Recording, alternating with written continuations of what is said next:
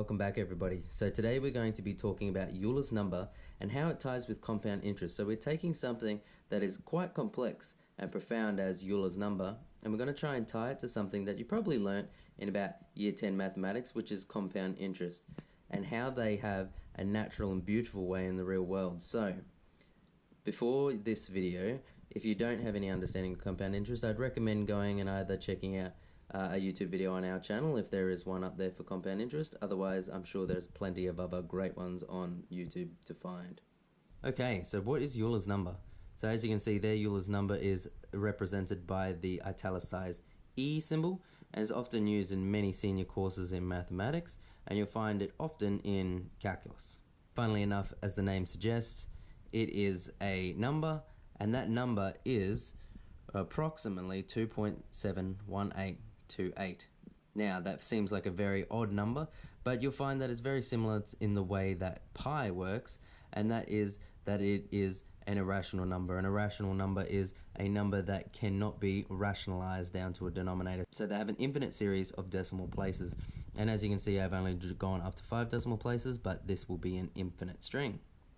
Now, how does it have some sort of ties to mathematics? Well, it has got a very important derivative, and hopefully that's something that you have learnt before going into this video, and that is, if I was to derive e to the power of x in terms of x, I would still get the exact same thing I started with, which is e to the x. Now hopefully I'll put some graphics up on the screen right now to represent why this is actually occurring, and you can see that we will do an example of 2 to the power of x, which is performing an exponential graph. Now if I was to find the rate of change of that graph, you'll find that it would look something like this. Okay, so you can see that they're different. Now let's consider a different number. Let's say 3 to the power of x. And then we'll graph the derivative of that particular one, and again that will be derived based of this formula that I'll put up now. And it produces this derivative. Now you can see that the graph of this derivative is, again, nothing like the original function. It's on the opposite side of what we experienced with the 2 to the power of x. So now let's try and look at what happens if we narrow it down all the way to a number in between 2 and 3, and conveniently that number is exactly 2.71828, which is e. So here's our graph of e to the power of x. So that is the natural exponential, which means it produces a perfect rate of change graph. That is, if I was to find the rate of change of the rate of change, it would be identical. If I was to find the rate of change of that rate of change, it would be, again, e to the power of x, continuously and infinitely off forever.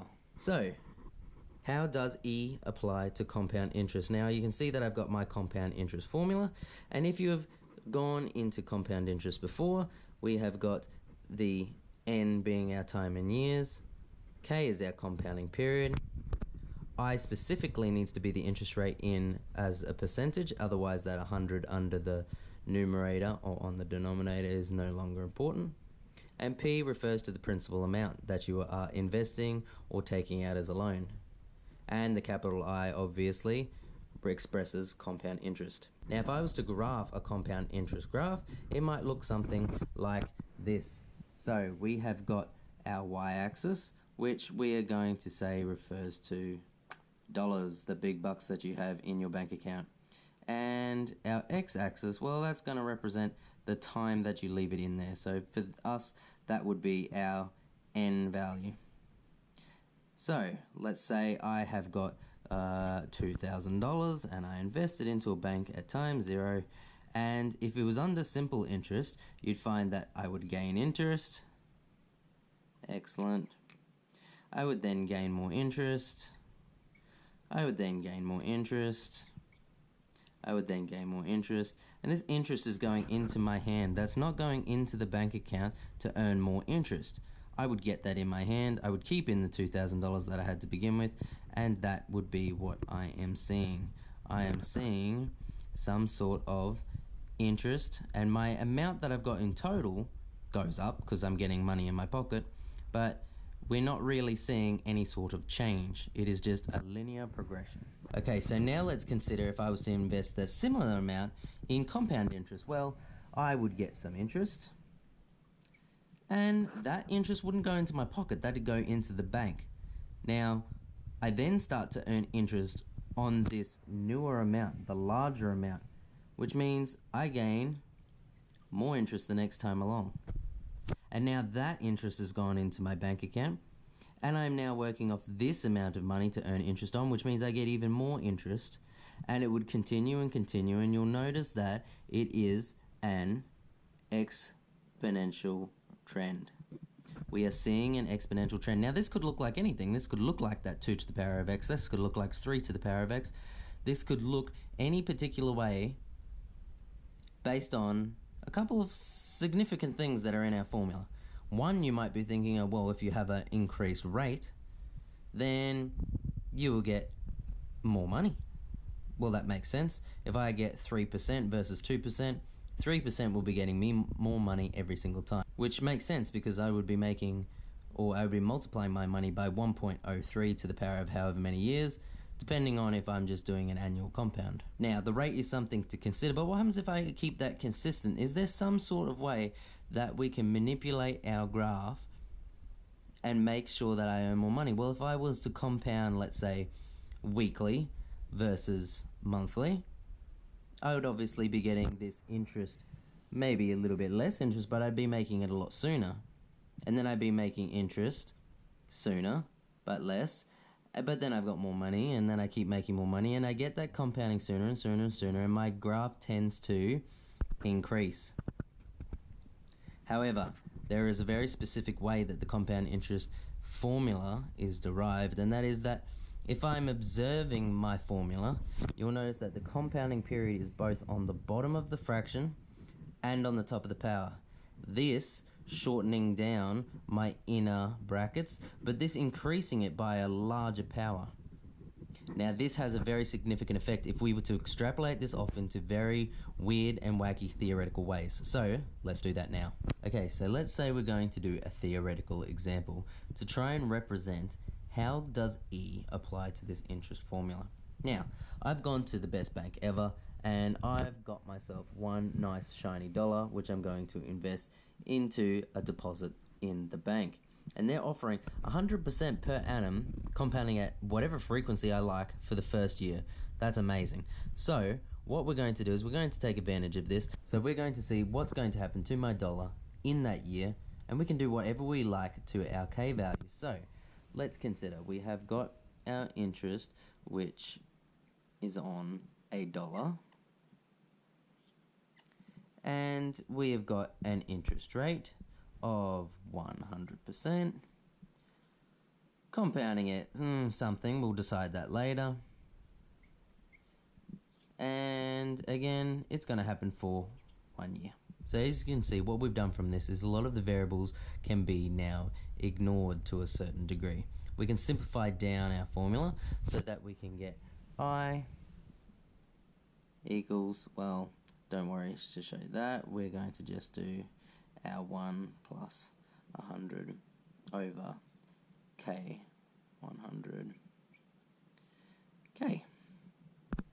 So, what are we going to do from this point? Now, imagine I was to decide, well, I'm happy to just compound it for the year.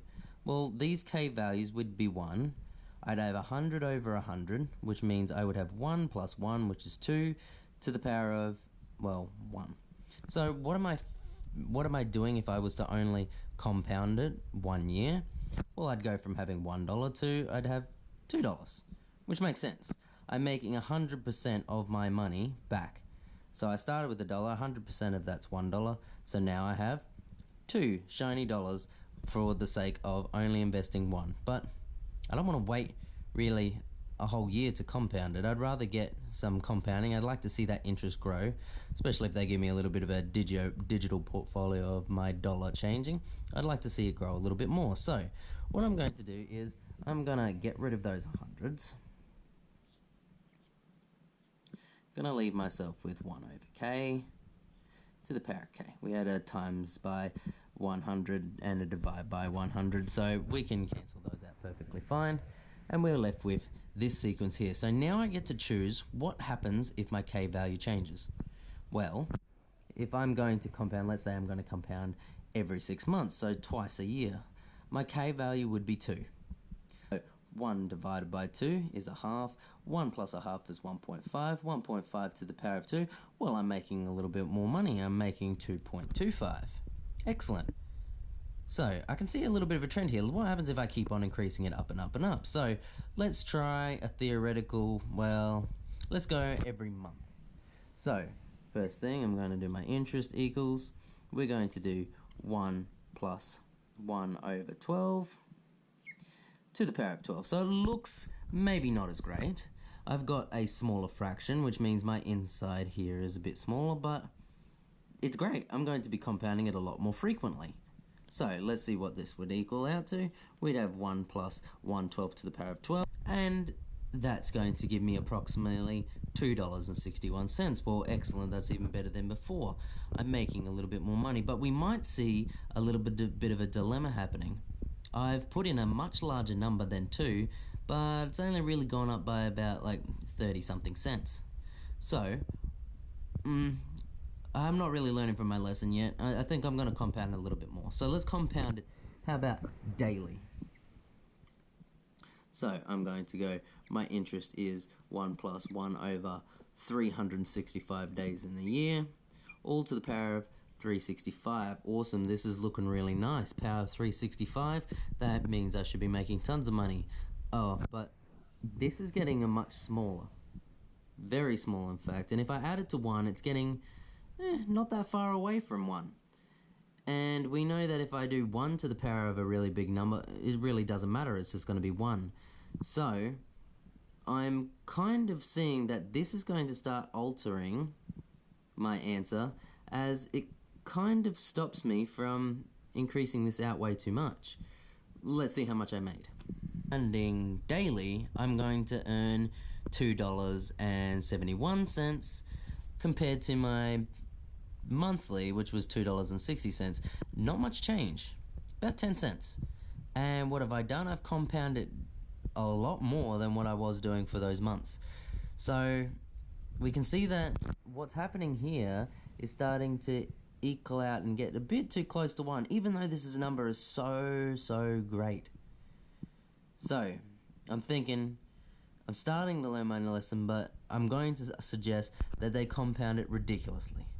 Look, I want them to compound it every second, so let's do that. Okay, so the bank's calculated out how many seconds I'm going to be experiencing in my year. That's 31 million seconds, which doesn't really sound like that many because I can count 1, 2, 3. I'm already feeling like I'm getting there, so before I have an existential crisis, I think I'll move on a little bit further. Okay, so we're going to be compounding for 31,536,000 seconds. So, again, this is approaching very small decimal.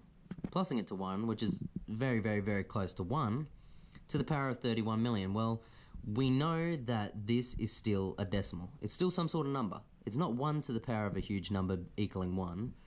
It's a very close to 1 number to the power of 31 million, which hopefully we'll still see a little bit of some increase in my coin. And what we've been looking at so far, there's still been some increase in my coin.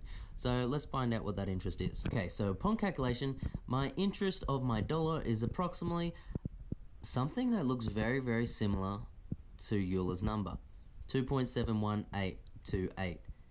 Now, if I was to probably carry this on for, let's say, 100 decimal places, I'm not likely to have exactly Euler's number. I've got something that looks very close, but not exactly Euler's number.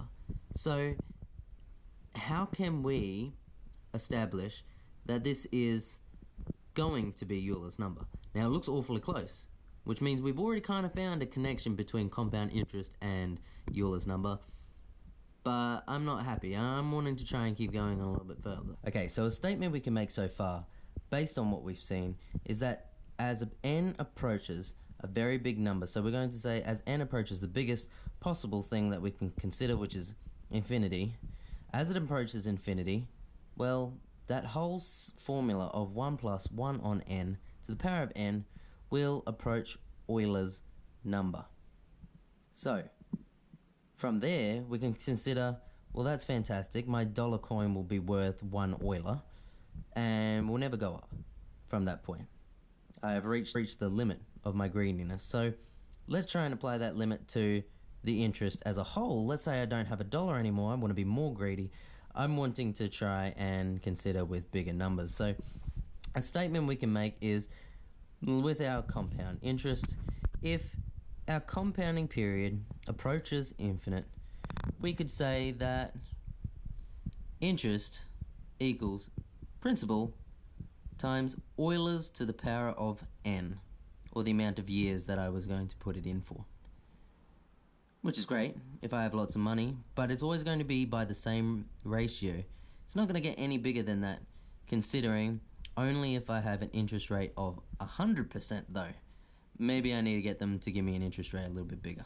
But from this, we might be able to find something that seems familiar to us, and that is function, or for us as the interest, equals a e to the power of x, exactly the same as principal, which is our starting value, or capital A, is times by e to the power of n, or x, which refers to your time increments that you are taking, or your increments on your functional graph.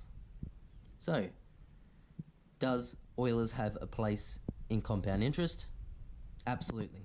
We just need to take it to the infinite level on a very theoretical example. I need to make my money, and I need to find that limit of greediness. Congratulations on completing this maths tutorial. Hopefully it was helpful to you in understanding this concept. If so, feel free to peruse our other video tutorials for a wide variety of beginner to advanced math concepts, and I will see you